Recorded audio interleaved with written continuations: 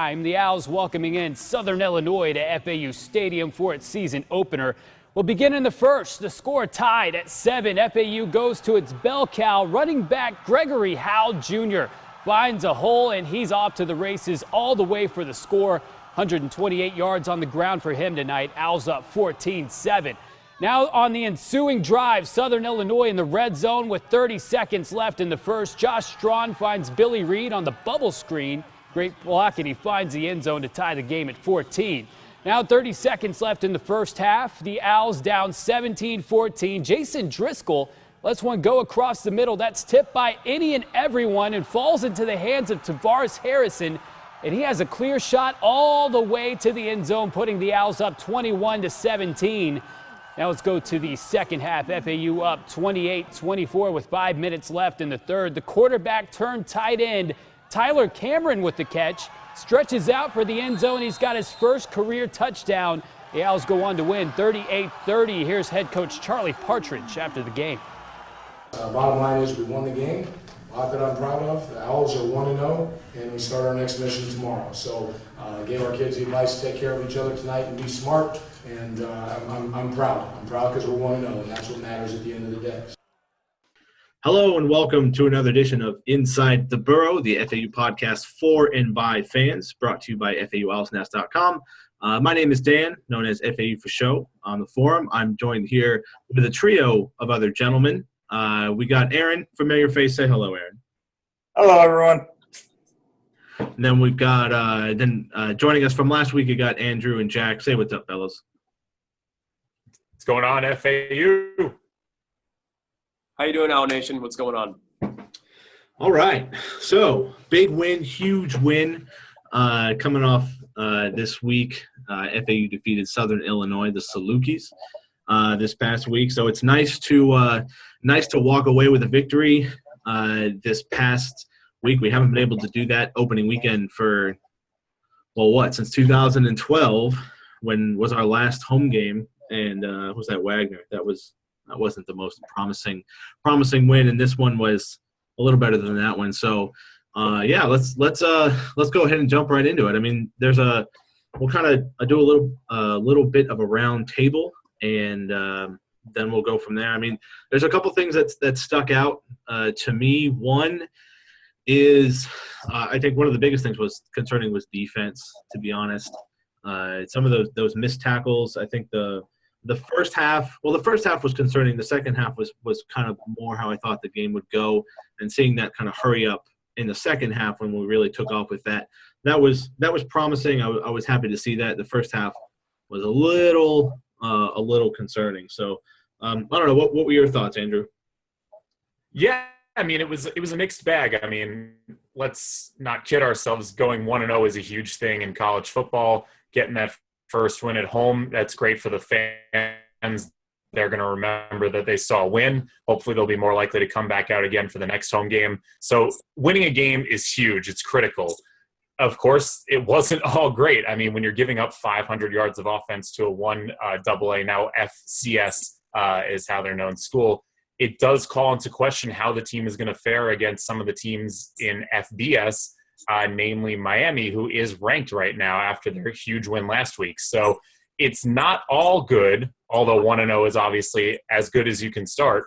For me, I was just happy to see FAU come out with the win. The concerns, obviously, with some missed tackles, especially in that first half. It's almost like they weren't trying to give anything away, and then when they saw they couldn't quite put them away with that strategy, they kind of opened things up in the second half.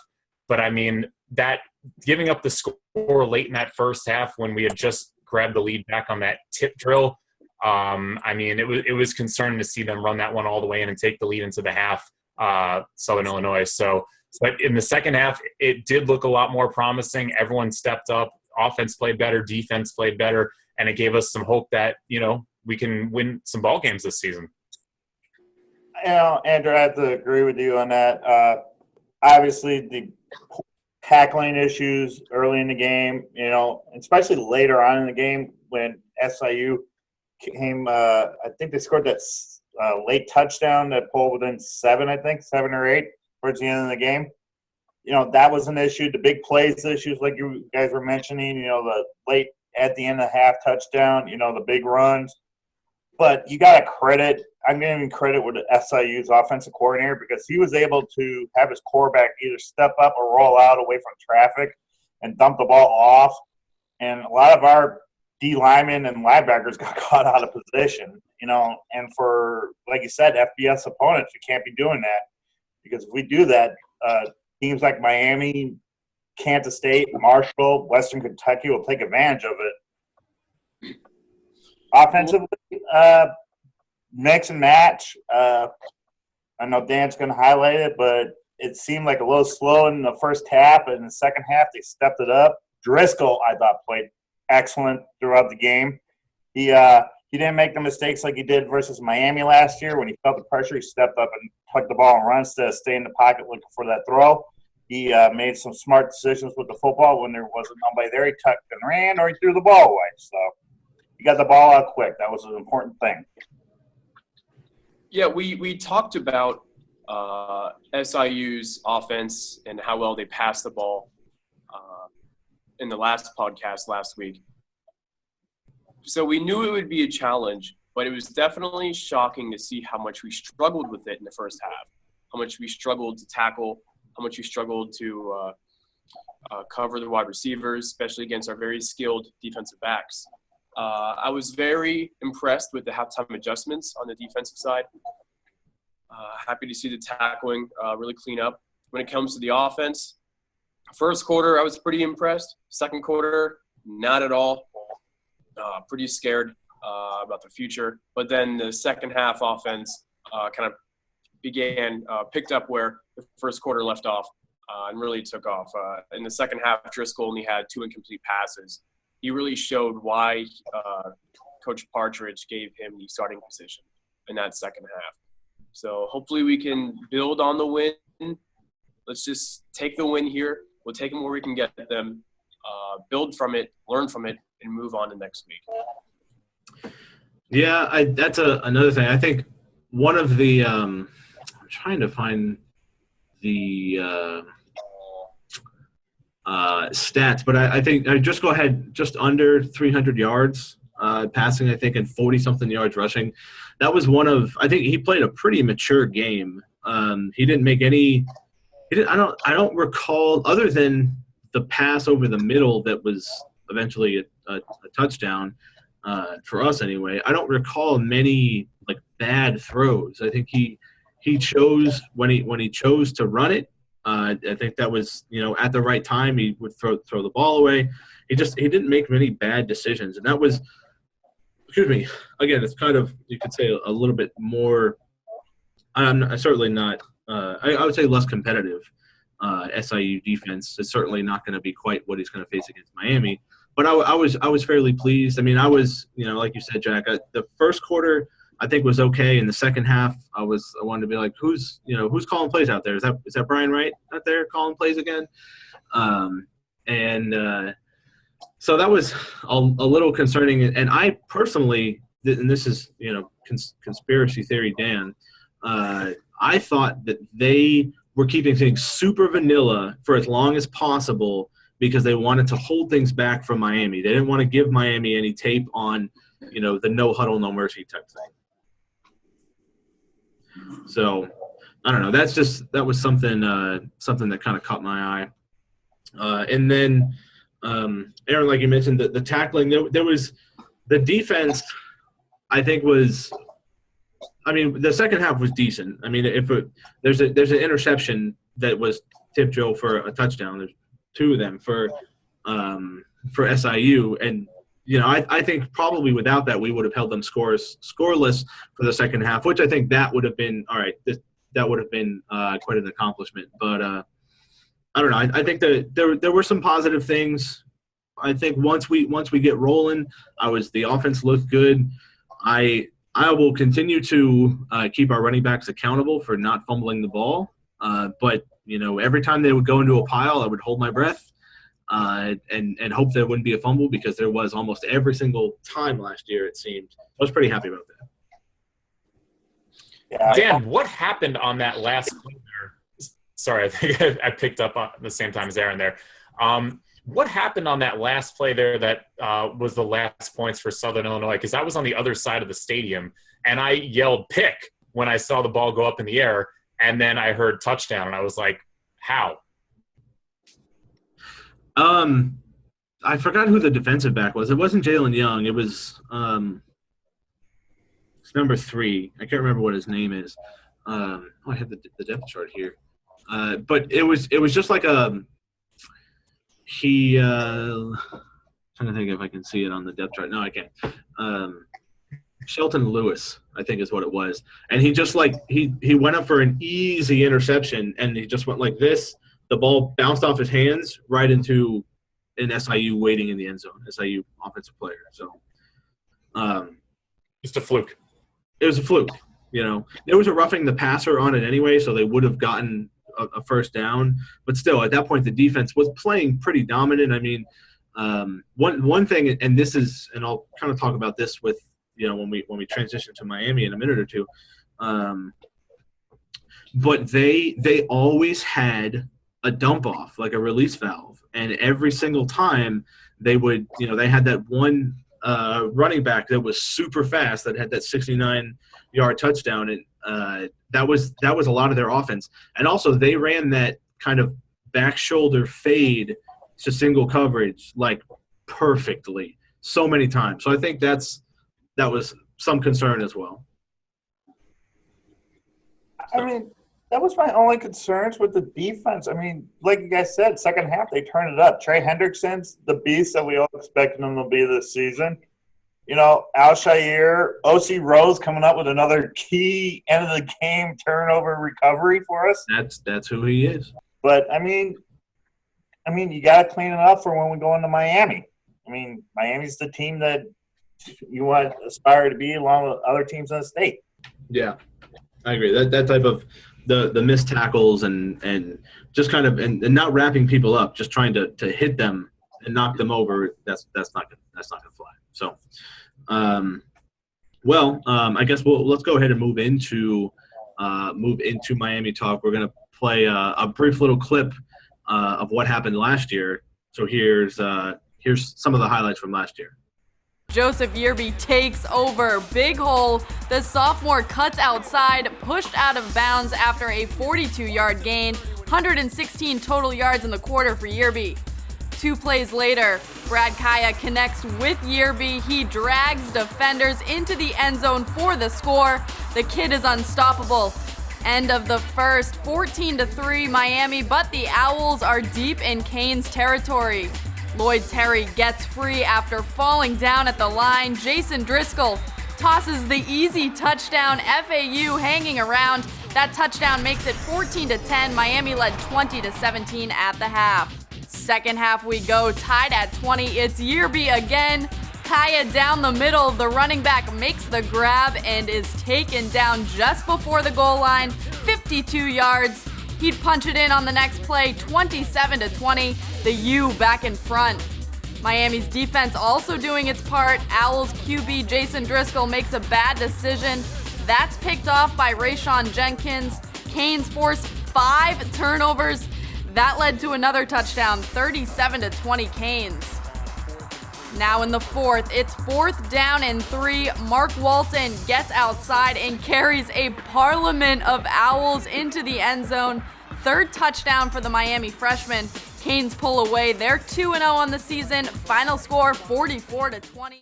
All right. So I hope that wasn't too painful to relive some of those memories. So there was a couple things why I wanted to show that, because I think some of the things in that game will have an impact in this game. But Miami's coming off a 70-3 win against FAMU. Their offense was rolling. FAMU was, again, they're probably bottom of the league in the MEAC. So they're not the toughest opponent to start the year off. Kyle looked good. The running backs looked good. And everybody looked good on offense, really. They actually had three of their running backs, Walton, Yearby, and Edwards, rushed for 100 yards. All 3 of them. So Plus, they have like a 280-pound fullback that scored the first touchdown. So, hooray for that.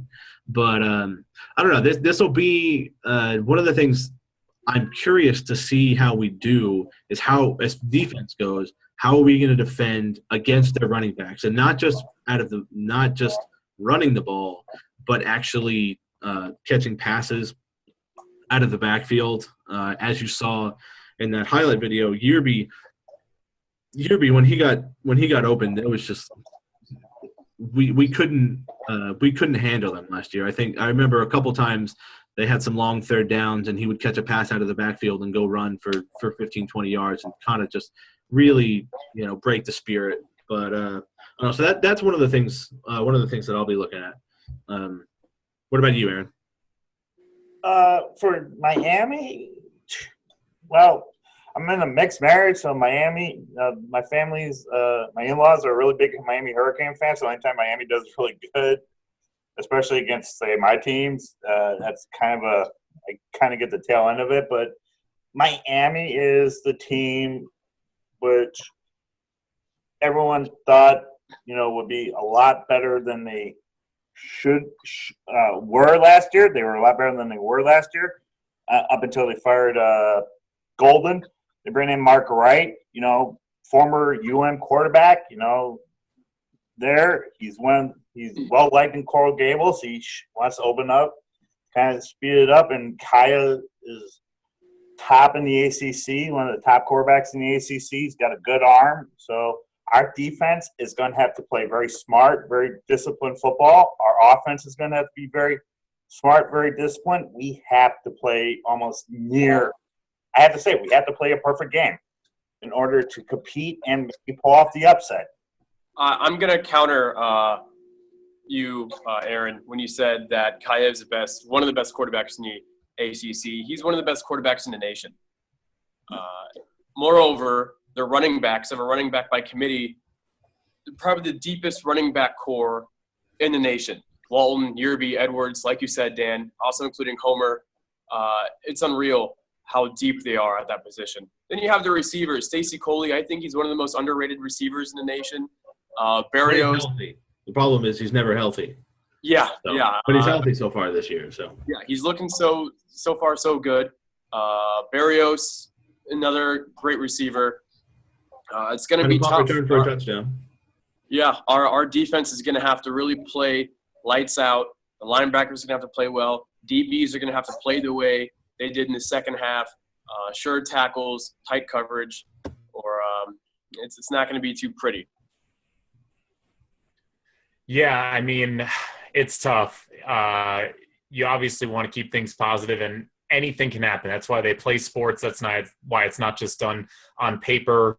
But sometimes it isn't all about the results. I mean, sometimes there are victories that you don't feel good about, and this weekend might have been one of them for FAU in some ways.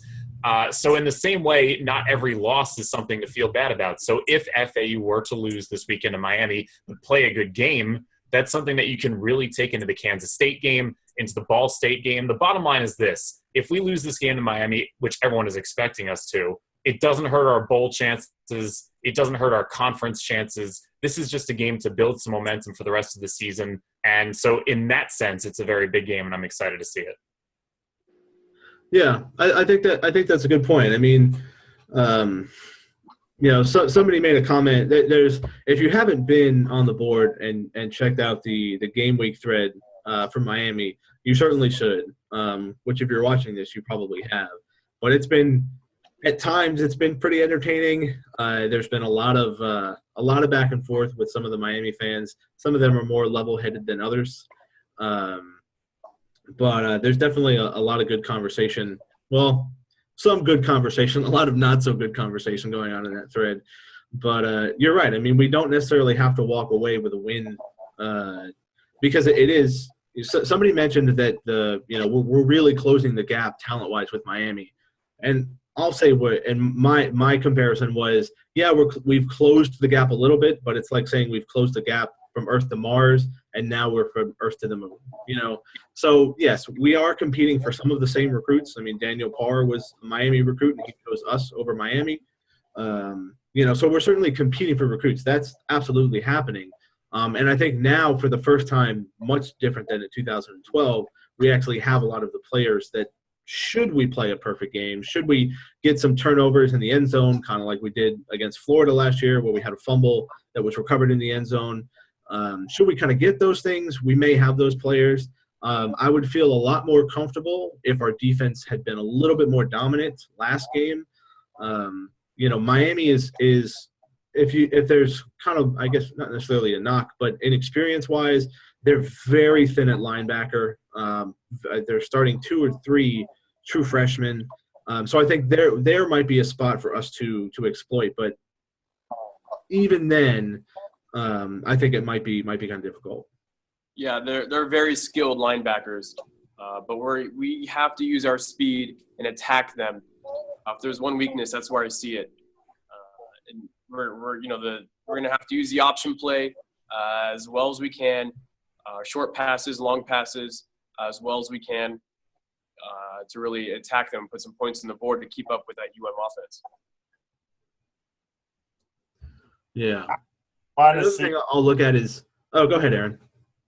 I want to see us, like you guys said, attack linebackers, but I may want to see us maybe try a couple corner blitzes to see if they'll Kai off his game before he gets that ball out. Because he's got a very quick release, and maybe try to blitz him to force him to roll out a little bit to Trey Hendrickson or the guy on the other side of the line from him, the other end. It's not Al-Shahir, is it? But, force him to roll out. What's his name? And he had a sack. Nagel. Hayden Nagel. He had a sack last game. Yeah, try to force him off his game a little bit because he's, like Jack said, he's one of the best quarterbacks in the country. I want to see if we can kind of rattle him a little bit. Yeah, and I think, you mentioned our biggest playmakers, and, we noticed them. Rick certainly notices them. He mentioned in his comment in his press conference, he talked about Trey Hendrickson. I didn't know. He was number 2 in the country in sacks last year. I didn't know. So they're aware of him. They're going to make sure that he's covered. They know that Aziz is a good linebacker, even though he's just a sophomore. So they obviously know who our guys are, and I think they have enough talent all over the place that they can get away from our kind of better quality players. I did like that Rick gave a shout out to Dalton Shump. Punter you, baby. Our punter. I'm curious to see how many times head coaches mention punters on other teams as key players. But which he had a good game too last game. So shout out to Dalton. I think it's they're. I certainly don't think they're going to overlook us. Do I think we have a chance to win? I think we do, but I think it has to be a lot like Florida, where Florida had no offense last year. We had no offense. If we had any offense, we would have won the game. But I still think, like Andrew said, there's a lot of positives that we can take away from this game, even without a win. I'm interested to see how Driscoll does, how this hurry up, no huddle, no mercy offense handles more of a legitimate defense than what we saw in SIU. So that's kind of my last little thing.